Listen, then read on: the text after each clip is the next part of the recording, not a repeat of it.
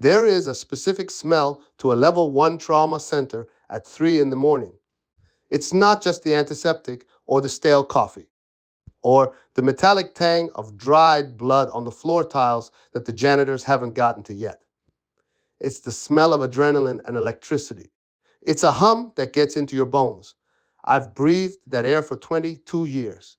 I started as a combat medic in the sandbox, patching up 19-year-olds in the back of vibrating Humvees while taking fire, and I eventually traded that chaos for the slightly more controlled chaos of a major urban ER.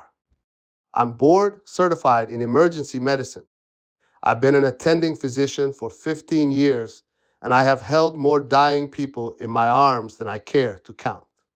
I know the rhythm of this place. I know that when the radio crackles with a frantic paramedic's voice, you stop breathing for a second to listen. I know that you never, ever say the word quiet. And I know that the only thing more dangerous than a gunshot wound to the chest is a man in a tailored suit who thinks a hospital is a factory. Our ER was a well-oiled machine. It wasn't pretty. It was loud, crowded, and often looked like a war zone, but it worked. We had a hierarchy built on respect, not titles. My charge nurse, Sarah, had been there longer than me. She could spot a sepsis patient from across the waiting room just by the shade of their skin. When Sarah told a resident to move, they moved.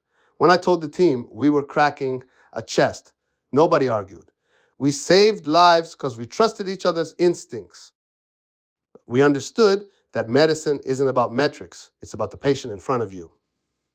But then the hospital was bought out by a massive healthcare conglomerate. And with the new logo came the new director of emergency services. His name was Greg. Greg was 30, 2 years old. He had an MBA from a prestigious university, a very expensive haircut, and a smile that didn't reach his eyes. His LinkedIn profile was full of buzzwords like Lean Six Sigma, throughput optimization, and synergy. As far as I could tell, the closest Greg had ever come to practicing medicine was putting a band aid on a paper cut. He didn't introduce himself by walking the floor or asking the nurses what they needed. He introduced himself with a PowerPoint presentation at the monthly staff meeting. The lights went down and a graph appeared on the screen. A bright red line was trending downward. This, Greg said, pointing a laser pointer at the screen, is your throughput efficiency. It's unacceptable. The average door to doctor time is 45 minutes. The average length of stay for non-admitted patients is 4 hours. We are losing revenue every minute a patient occupies a bed that isn't generating billable codes. We need to run this department like a business. We need to treat patients like customers, and we need to get them through the drive-through faster. The room was silent. You could hear the hum of the projector fan. I looked at Sarah. She was staring at the table, her jaw set so hard I thought she might crack a molar. I raised my hand. Greg looked annoyed to be interrupted. Yes, doctor, he said, checking his notes for my name. We aren't running a Jiffy Lube, Greg, I said, keeping my voice low and even. We're a level 1 trauma center. Sometimes it takes 4 hours because we're waiting on a CT scan to make sure the homeless guy with the headache doesn't have a slow brain bleed. If we rush him out, he dies in an alley. That's bad for business too. Greg smiled that shark-like smile. That is an attitude of resistance, doctor. And resistance is inefficient. We will be implementing new protocols starting Monday. You'll either get on board or you'll find a new facility. The protocols were worse than I imagined. It was death by spreadsheet. First, he cut the overnight nursing staff by 30%, claiming that historical data showed lower patient volumes between 200 a.m. and 600 a.m. Anyone who has ever worked a Friday night in a city knows that historical data doesn't account for bar fights, car crashes, and gang violence. Second, he mandated a hard cap on evaluations. If a patient wasn't admitted or discharged within 90 minutes, the attending physician, me, had to fill out an incident report explaining the delay. And third, the kicker he restricted, redundant diagnostic imaging. Unless a patient met very specific narrow criteria. We needed administrative approval for certain high-cost scans. He wanted us to diagnose based on probability, not certainty. I tried to fight it. I sent emails. I cited studies. I pulled case logs showing how many low probability saves we'd made because a nurse had a gut feeling or I decided to double check a lab result. Greg dismissed it all. In a meeting 3 weeks later, after I'd flagged the dangers of the staffing cuts, he stood up in front of the department heads and dressed me down. You are clinging to outdated methodologies, he said, smoothing his tie. You are costing this hospital money because you are afraid to make decisions without a safety blanket of unnecessary tests. If you cannot meet the efficiency KPIs, I will find a medical director who can. That was the moment. The heat that had been building in my chest turned into something cold. Ice cold. It's the same feeling I used to get right before a combat patrol went sideways. I looked at Greg, really looked at him, and realized he wouldn't learn from words. He would only learn from consequences. You want efficiency, Greg? I asked. You want us to follow the protocols exactly as written, no deviations. Exactly, he said, looking triumphant. To the letter. Okay, I said, you got it. I went back to the nurses' station and gathered the senior staff. Sarah, Mike the respiratory therapist, and the two senior residents. They looked tired. They looked defeated. Here's the game plan, I told them. Starting now, we do exactly what Greg says. If the protocol says no CT scan without approval, we don't scan, we call him. If the protocol says discharge in 90 minutes, we discharge unless they are actively dying. If the staffing grid says we only have 4 nurses, we don't call in overtime. We let the waiting room back up. We follow every single rule he gave us, and we document everything. Sarah looked at me, worried. People could get hurt, Doc. We won't let them die, I promised. But we are going to let the system fail exactly how he designed it to fail, and we're going to make sure he's watching when it happens. The malicious compliance started slowly. For 2 weeks, our numbers looked incredible. On paper, we were churning patients out. Door times dropped. Greg was sending congratulatory emails about our record-breaking efficiency. What he didn't see were the bounce backs. Patients returning 2 days later, sicker than before, because we'd rushed them out. He didn't see the near misses, but I was documenting them. Every time I had to call him for approval on a scan, I logged the time. Every time a nurse couldn't get a line because she was covering 6 beds instead of 3, I logged it. Then came the first Friday of November. The forecast called for freezing rain, the kind that turns asphalt into a sheet of black glass. I saw the weather report and I knew this was it. I sent Greg an email at 4:00 p.m., a subject weather advisory, zero staffing concern. I wrote simply, request authorization to activate backup nursing pool and open overflow trauma bays in anticipation of weather. Related volume spike. Greg replied 4 minutes later, F denied. Current census is low. Stick to the staffing matrix. Do not incur unnecessary overtime costs. I printed the email. I folded it and put it in my breast pocket, right next to my pen light. At 7:00 p.m., the rain started. By 8:00 p.m., the temperature dropped. At 9:15 p.m., the radio at the nurse's station let out a screech that made everyone jump. Unit 4 to Central. The paramedic's voice was high, tight, breathless. We have a mass casualty incident on I-95 South, multi-vehicle pileup, including a Greyhound bus and a tanker truck. Multiple entrapments, high-speed mechanism. We are declaring a level 1 mass casualty. Stand by for heavy influx. The ER shifted instantly. The casual chatter died. Nurses began spiking fluid bags. Residents pulled on fresh gloves. I walked to the center of the pit. All right, everyone, listen up, I said. We have incoming. We stick to the protocols. Sarah, we are short, staff per the matrix. Trade strictly. If they can walk, they sit in the waiting room. I don't care if they're bleeding unless it's arterial, they wait. Sarah's eyes went wide, but she nodded. She knew the game. Then I did something I'd never done before. I picked up the phone and paged Greg.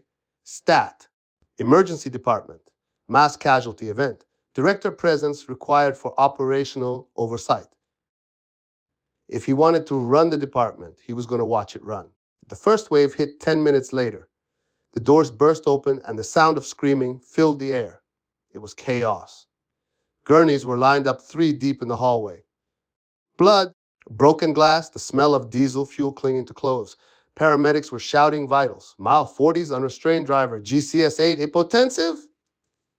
Female 60s, chest trauma, difficulty breathing. Usually, in a situation like this, we would have called in the backup team hours ago. We would have opened the overflow unit. We would be running CT scans back without pausing for paperwork. But tonight, we were running on Greg's skeleton crew.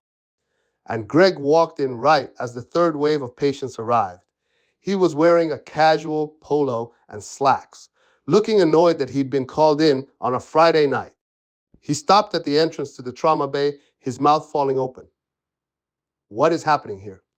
He shouted over the noise of a patient screaming in Bay 2. Why are there patients in the hallway? Why isn't bed 6 turned over yet? I stepped out of the trauma bay, wiping blood from my gloves. Bed 6 is occupied by liver laceration, Greg. I can't move him. What, have targets? Greg yelled, actually looking at his watch. The waiting room is overflowing. Why aren't you moving them faster? We're following your staffing matrix. Greg, I shouted back, my voice cutting through the din. We have 4 nurses for 38 patients, and I can't discharge the abdominal pain in bed 4 because the protocol says I need to wait for labs. But the lab is backed up because you cut their staff too. Suddenly, a nurse yelled from the hallway, Doc, patient in the corridor is seizing. It was a young guy, maybe 20. He'd come in with a minor head bump from the crash. Under the old rules, I would have scanned him immediately.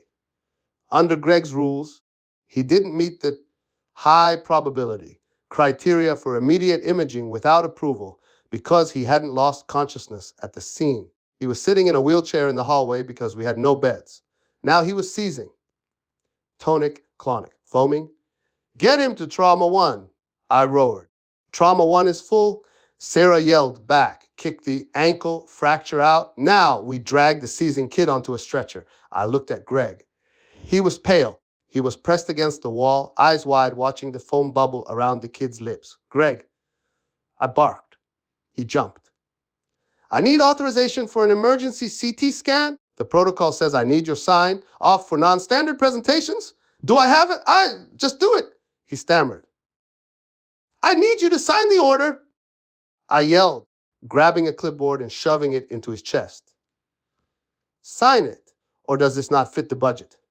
He scribbled his signature, his hand shaking so hard he dropped the pen.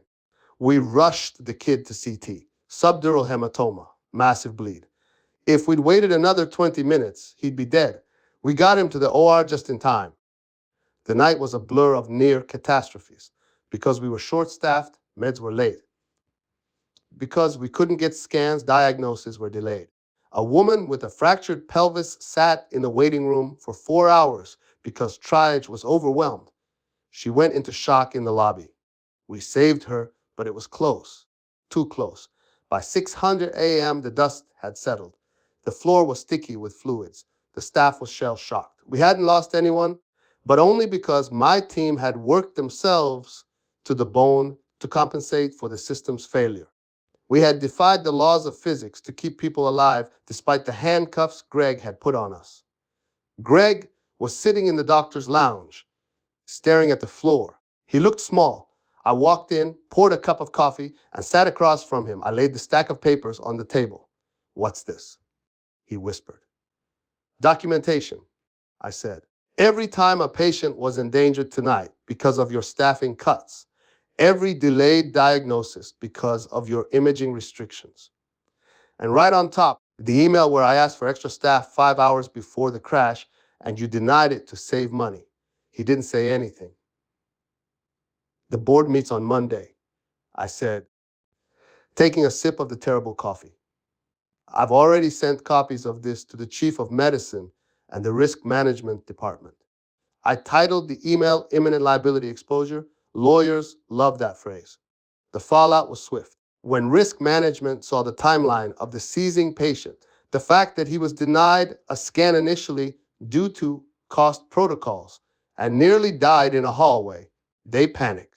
The potential lawsuit would have been in the millions, far more than Greg's efficiencies had saved. On Tuesday morning, Greg was escorted out of the building by security. He didn't have his laser pointer. He was carrying a cardboard box. The board didn't just fire him, they panicked. They reinstated the old staffing ratios immediately. They suspended the prior authorization for ER imaging. They actually asked me to step in as interim director while they searched for a replacement. I told them I'd do it on one condition: medical decisions are made by doctors, and financial decisions are made by accountants, and never the twain shall meet in my trauma bay.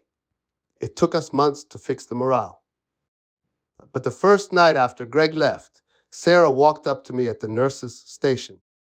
The board showed a waiting room time of 2 hours, but every critical patient was in a bed, and the nurses were laughing about something in the break room. Quiet night, she whispered, daring the universe. Don't say it. I smiled. I looked around the ER. It was messy, it was expensive, and it was inefficient. But it was safe. And that's the only metric that matters.